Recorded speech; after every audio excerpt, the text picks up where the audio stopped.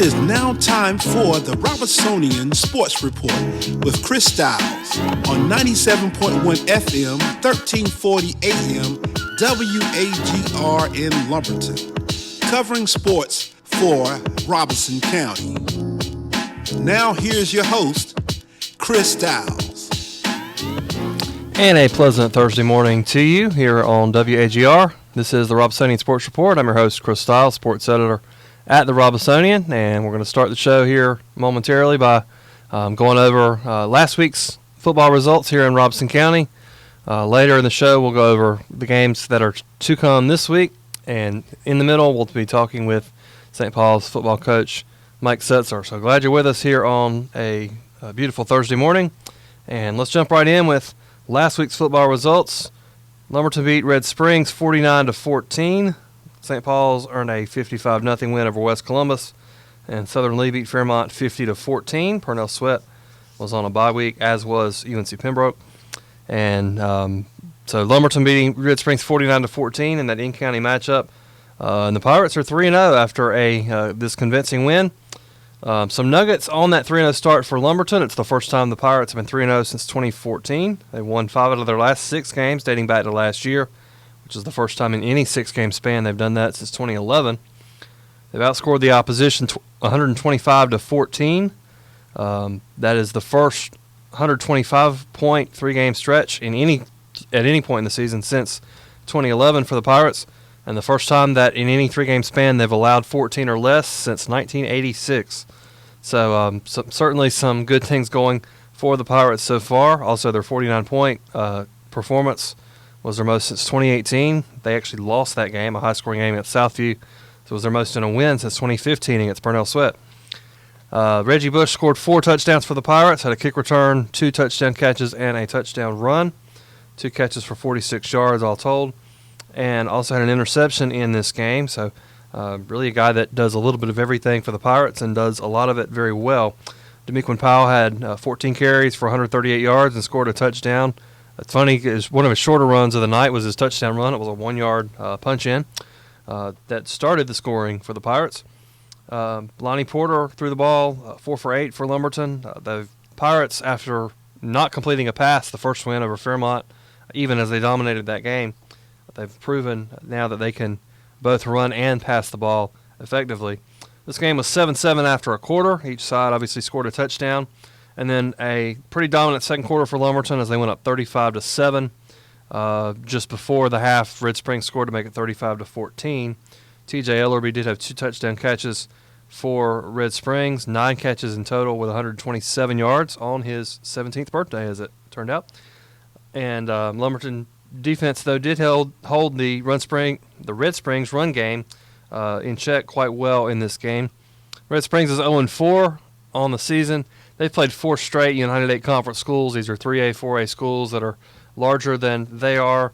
They'll finally get, I don't want to say a breather, Lakewood's a good football team, but a school their own size, essentially, as they continue this week. Lumberton, meanwhile, will have Cape Fear on Friday in a pretty big conference opener in the United 8, as both teams come in 3-0, and we'll talk about that a little later on in the show. St. Paul's beat West Columbus 55-0. This was a thorough domination by St. Paul's. It was now 3-1 on the season. Not quite as big of an offensive output yardage-wise as they had the week before when they had 561 yards against South Brunswick.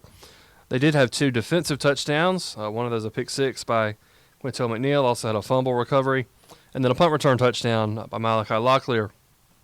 Joshua McBride had 2 rushing touchdowns and a touchdown catch as well. Theophilus Setzer threw for 2 touchdowns and 100 yards on just 4 completions. And then the defense for St. Paul's held West Columbus to 41 yards total for the game. That defense has been strong for the most part all season. Just a couple patches within the Southern League game and maybe the third quarter of the South Brunswick game, but for the most part, they've been quite good all season. And so that's something to look forward to them continuing as well. And then the offense has been quite good throughout as well.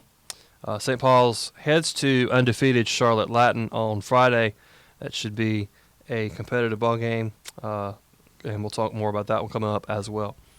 Here on the Robesonian Sports Report on WAGR, I'm your host, Chris Stiles, going over last week's high school football action here in Robeson County.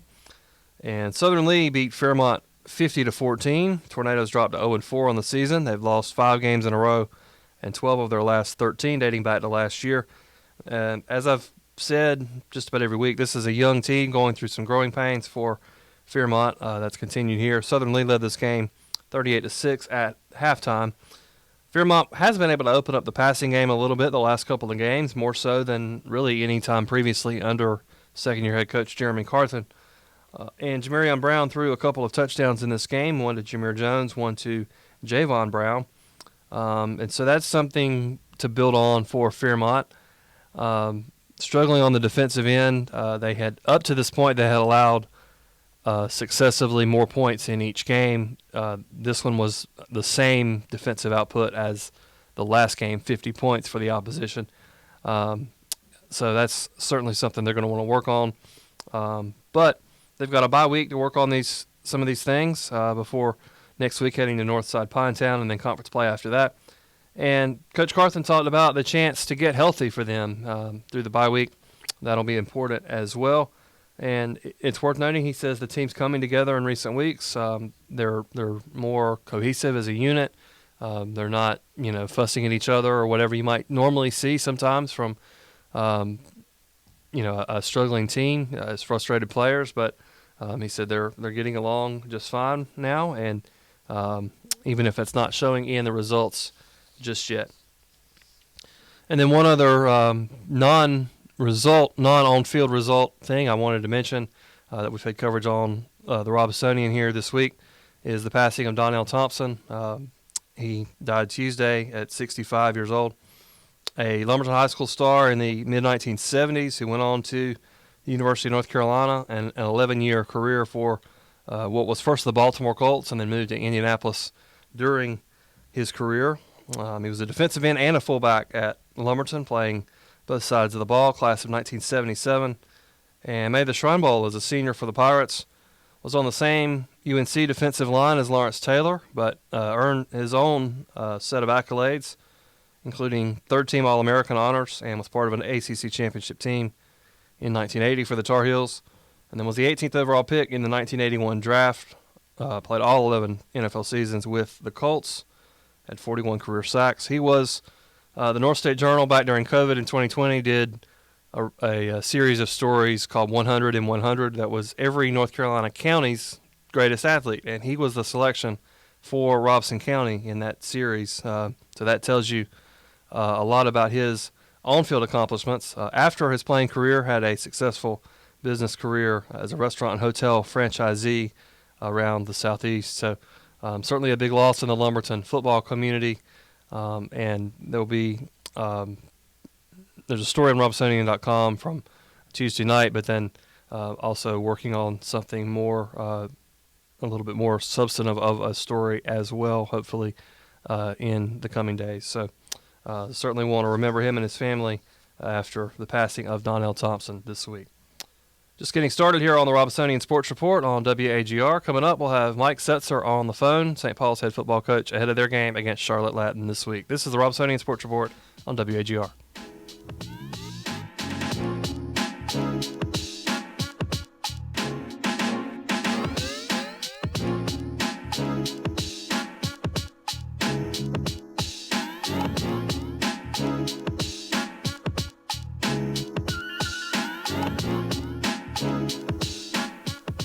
Back on the Robesonian Sports Report, and we're joined over the phone by St. Paul's head football coach, Mike Setzer. How's it going, Coach? Hey, good morning. Good morning. Doing well. Very blessed. Good to talk to you this morning. Yeah, so you guys off to a 3-1 start to the season. So how would you assess you guys' performance here thus far? Very happy where we stand. Definitely an improvement from last year. So we're happy about a lot of things. Felt like the second game, we let some things get out of hand, but every week we've been able to show some improvement, and so we've been happy there.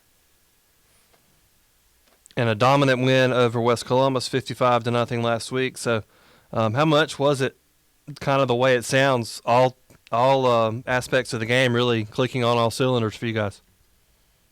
Yeah, you hit the nail on the head, Chris. It was St. Paul's football, and you've been in our program a long time to hear us talk about it. We all three phases came alive. We got a shooting chance to be a pretty good football team this year, as long as we play with three phases of the game. I thought our special teams did a tremendous job, and we complemented that with our defense and offense. When we're able to have three phases of the game like you're supposed to, then you have a shooting chance to be a pretty good football team. And I think that, like I said, we're trying to harp on all three phases of the game to showing up each Friday night, and that's what happened last Friday night. And 2 weeks ago, Theophilus Setzer passing the ball and Joshua McBride running the ball, both well over 200 yards. Not quite as big on the yardage numbers last week, but although that's partially because defensive score, special team score, and so forth. But Theo and Joshua, kind of that two-headed monster, how effective have they been, and how much can they kind of really complement each other in that way? Like you said, well, with having said that, we've always talked about, I think you had a good comment earlier this year, what we have in Theo is that Theophilus is a 3-year starter, so anytime you got that kind of experience, a quarterback is just another coach on the field.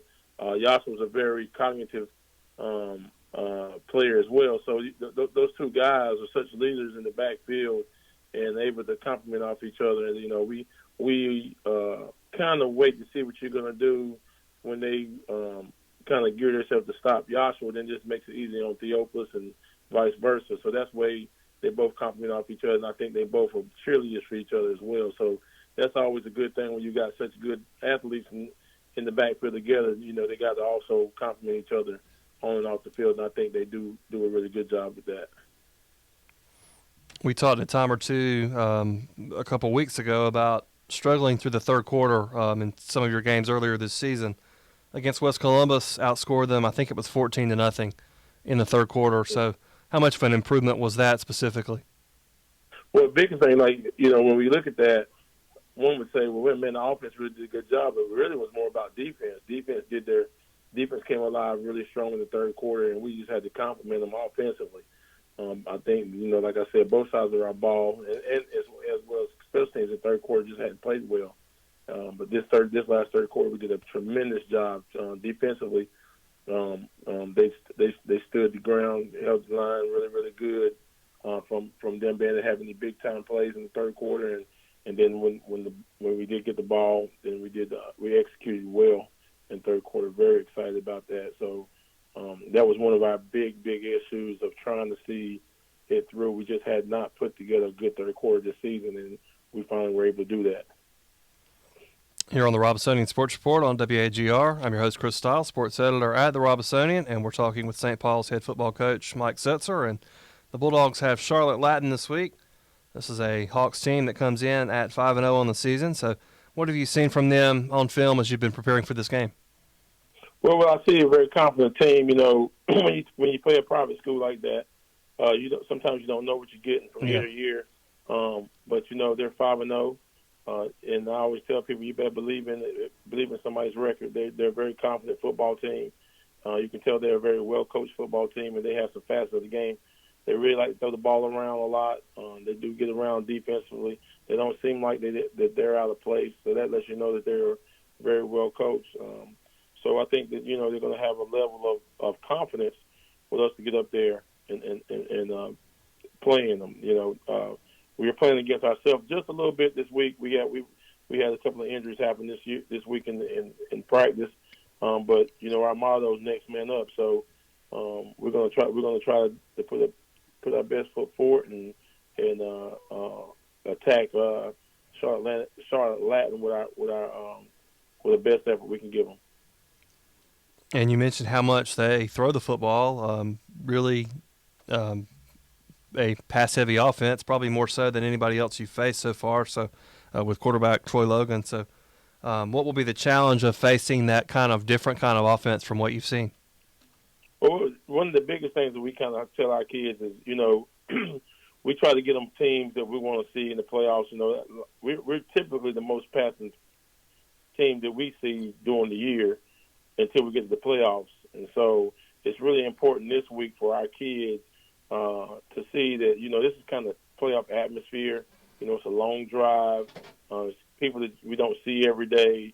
And so that playoff atmosphere coupled with that type of talent on offense and what they're going to do to us, it's important for our kids to meet this talent. So that's where we're going. That's where we're attacking this as a playoff game kind of like thing, so that we know that we can point back during the season that we were able to put it together and meet this challenge. So it's a really important game, and it's really important for our kids, like you said, for us to be able to prove to ourselves that we can handle such an air attack like this. And as Theophilus Setzer, who is your son, is going through his senior year and recruiting trips and things like that, and then you've also got a lot of former players that are playing on Saturdays now. So what's that balance kind of been like as you're trying to keep up with your former guys and go on some of those visits with Theo and so forth? Well, sometimes what we try to do is, like this weekend coming up, we have Kamarion Baldwin back in town. He's going to play against he plays for JMU. He's going to be playing against Carolina. So, yeah. That's the way that we kind of use a recruitment trip to also, get two birds with one stone. So anytime we can do things like that, it's really good. But like you said, I am still the head football coach, and other guys they're being their head football coach doesn't change them when they graduate. So I think it's important to continue to let those guys see the support that we still care about them and reach out and go love on them when we can. So on the flip side of that is, it's also most important is I am Theo's dad, so I got to show him that 100% he's the most important factor for me right now. So I have to be father when I can be father, and his coach when I can be coach. And so a lot of times, like you said, on the weekends I have to make sure that I'm doing right by him and trying to get him the best opportunity with these recruiting things. Because at the end of the day, Chris, it comes down to me and my wife getting a free bill for college. So we got to we got to do our best opportunity to get him in front of some people to make sure that that dream comes true. Yep. Coach Mike Setzer, thanks for joining us here on the Robesonian Sports Report. Thank you, sir. I appreciate it. Yes, Go sir. Bulldogs. And we'll be right back. All right.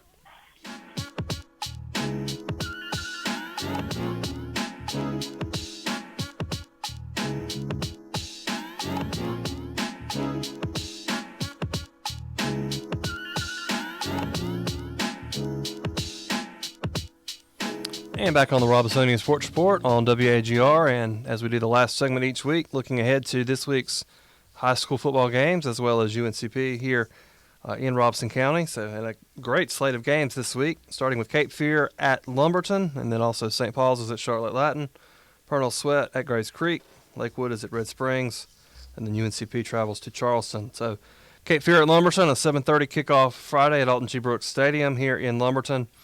Two 3-0 teams meeting in this game. Lumberton's looking for its first 4-0 start since 2011. And the Pirates also have not won a conference opener since 2017. Cape Fear beat Laney last week 30-14 and also beat Pine Forest and Terry Sanford convincingly in their non-conference slate. King Fison has rushed for 282 yards and 4 touchdowns this season. Geronimo Sanchez, veteran quarterback for them, 284 passing yards, 2 passing touchdowns, and has also run for 4 of them. Cape Fear's defense has allowed just 21 total points. They've been quite strong. 5 players with 22 tackles or more, including Brian Charles has 26 of them, and Will Wicklund is one of those guys and has 3 sacks. Cape Fear actually won this matchup 42-0 last year and has actually shut out Lumberton each of the 3 years that they have met since becoming conference opponents when the United 8 Conference was formed 3 years ago. Cape Fear leads the all-time series 19-17, including an 8-3 mark as conference opponents. This is going to be a tough test for Lumberton, easily the toughest team that they've played so far as they've had this 3-0 start. All 3 teams that they've beaten have not won a game yet, and Cape Fear's not lost a game yet. So we'll know certainly a lot more about how good the Pirates are and where they stand in relation to the rest of the United 8 about 9:30, 10 o'clock Friday when this one wraps up. So we'll have to see how the Pirates fare in this much tougher test than what they've seen thus far. St. Paul's is at Charlotte Latin. Bulldogs enter at 3-1. Charlotte Latin is 5-0. This is a 7 p.m. kick in Charlotte on Friday. This is a good Charlotte Latin football team, 40.6 points per game scored, 16.6 points allowed per game. They do compete in the NCISAA. Have played just one NCHSAA team. That was Mitchell back a few weeks ago, who they beat 28-14. Last week, Charlotte Latin beat the Carolina Bearcats 58-6. Benching it with Coach Setzer, Troy Logan's thrown for nearly 1,200 yards on the season, 13 touchdowns. He's got 4 receivers that are at over 200 yards apiece, including Hudson Shoup, who has 6 touchdown receptions this year. And then Carson Clutter's run for over 200 yards and 4 touchdowns for the Hawks. They have 3 defenders with 33 tackles or more. 3 others have 10 tackles for loss or more. So a deep defensive unit as well. It'll be interesting to see how the competition they've been playing and been beating compares to St. Paul's, certainly a very strong NCHSAA 2A program. And St. Paul's did play them last year in St. Paul's. It was a 20-13 game. That's the only previous meeting between the schools. It'll be interesting to see. That was a low-scoring game, kind of a defensive slugfest type of game. I think this will be a higher-scoring game because both offenses have improved drastically over the last 52 weeks since they met. St. Paul's comes off that 55-0 win over West Columbus, has a 2-game win streak, and they'll have a bye week next week before opening conference play October 4th against West Bladen. So we'll have to see what happens for the Bulldogs in Charlotte on Friday night. Purdue Sweats at Grace Creek on Friday at 7:30 in Hope Mills. Grace Creek has been very strong offensively through 3 games. They're 2-1 on the season. They've averaged 53.3 a contest. They lost their last time out against Pine Forest, 61-49, very high-scoring game. Obviously, previously beat E. Smith and Red Springs. Grace Creek has thrown 15 passes all season. They are very run-heavy and have 3 guys with the numbers to prove it. Ezekiel Reed has run for 463 yards and 8 touchdowns. Alfonso Myers, 432 and 7. Daquan Anthony, 226 and 3 on the season. Running the ball often and well, and with all 3 of those guys. Linebacker Caleb Caraway has 39 tackles on the season, one of the better defensive players in the area. Rams coming off a bye week, and this is their conference opener. Beat Red Springs 21-7 on September 6th, which was their last outing. They've allowed, through the last 5 halves of football that they've played, since halftime against St. Paul's in their opener, the Rams have allowed 26 points total. They did allow 19 in the first half to St. Paul's, but they've certainly improved defensively. I think each successive game, holding Red Springs to 7 was a fairly impressive result. And so we'll see how they do now against this very strong Bears offense and a very strong Bears running game. These 2 teams met last year as 3-0 teams in their conference opener. Purnell Sweat won that game 42-39 to go to 4-0.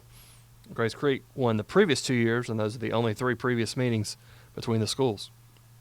Here on the Robesonian Sports Report on WAGR, I'm your host, Chris Stiles. Going over this week's high school football in Robeson County. Lakewood brings a 3-1 record to Red Springs, who's 0-4. That's a 7 p.m. kick in Red Springs on Friday night. Lakewood scored 33 or more points in each game they've played this season, including 60 against Spring Creek, 42.5 per contest. And they were 3-0 before losing to Midway last week, 37-34. Midway, of course, a eventual conference foe of Red Springs later this season, as well as Fairmont and St. Paul's for that matter. Calvin Lacewell has run for almost 500 yards for Lakewood, for the Leopards, and 8 touchdowns. 3 more backs have had 3 touchdowns or more each. Deshaun Carr leading their defense with 39 tackles. This is a strong opponent, certainly, but as I mentioned earlier, kind of a sense of relief almost for Red Springs in that they're not facing a school that's much bigger than them, which is something they've done the first 4 weeks of the season, and now gets to play a school kind of their own size. I think this will be a much more competitive game for the Red Devils as they get more of a chance to show what they can do eventually later on in conference play, as they aren't so kind of overmatched from a depth standpoint, from a numbers standpoint, as they've been often the first 4 weeks. And Red Springs has a bye next week before opening conference play at Fairmont October 4th. Interestingly, these 2 were conference opponents back in the late 90s. Lakewood won all 4 of those games, and the Leopards lead the all-time series 7-5. The teams last met in 2016. And Looking at the local collegiate ranks, and UNCP traveling to Charleston this week for the Mountain East Conference opener for both sides. UNCP enters at 0-2, Charleston's 2-0. This probably will be one of the bigger games in the Mountain East this year. Charleston's coming off a 38-7 win at Livingstone and a 23-19 win over California University of Pennsylvania in their non-conference slate. UNCP off those two close non-conference losses, 17-12 to Wingate, 35-31 to Florida State, playing two tough opponents that will make them better down the road as they interconference play. And they were a play away from winning both of those games, and frankly, all the goals are still in front of the Braves now as they interconference play, looking for an MEC title. Interesting thing about Charleston, yards for and yards against is very close to even. They've outgained the opposition just by a few, despite outscoring the opposition 61-26 over those two games they've played. That's because they're 6 for 6 scoring in the red zone with 5 touchdowns, and the opposition is only 3 for 6 in the red zone with 1 touchdown. So red zone defense has been a big key for Charleston. Siobhan Wright has run for 280 yards and 5 scores for them. Javante Howard thrown for 370 yards and 2 scores. And some strong receivers, Marquand Heron, Shamar Wright among them for the Golden Eagles. Willie Floyd leads their defense with 15 tackles on the season from the linebacker position. Charleston has been a good offensive team the last few years, and the Braves have struggled to stop them the last couple of years, including a 70-21 game 2 years ago, the last time they went to Charleston, a 37-29 game last year at Grace P. Johnson. Charleston leads the all-time series 4-2 as these two enter this game on Saturday afternoon. It's a 1 p.m. kick up in Charleston, West Virginia. And you can read about all the high school games as well as UNCP at Robesonian.com and in the print edition of the Robesonian. There's a picks column that published this morning with my predictions for the high school football games, and then coverage coming up on Friday night, of course. And then other fall sports are in season. I've had some volleyball coverage this week, UNCP fall sports as well. So plenty going on here throughout the fall season here at the Robesonian and in Robeson County sports. So thank you for joining us here on the Robesonian Sports Report. For Paul Matthews behind the scenes, for Mike Setzer, thanks to him for joining us. And I'm Chris Stiles, sports editor at the Robesonian. And we'll be back next week for the Robesonian Sports Report on WAGR.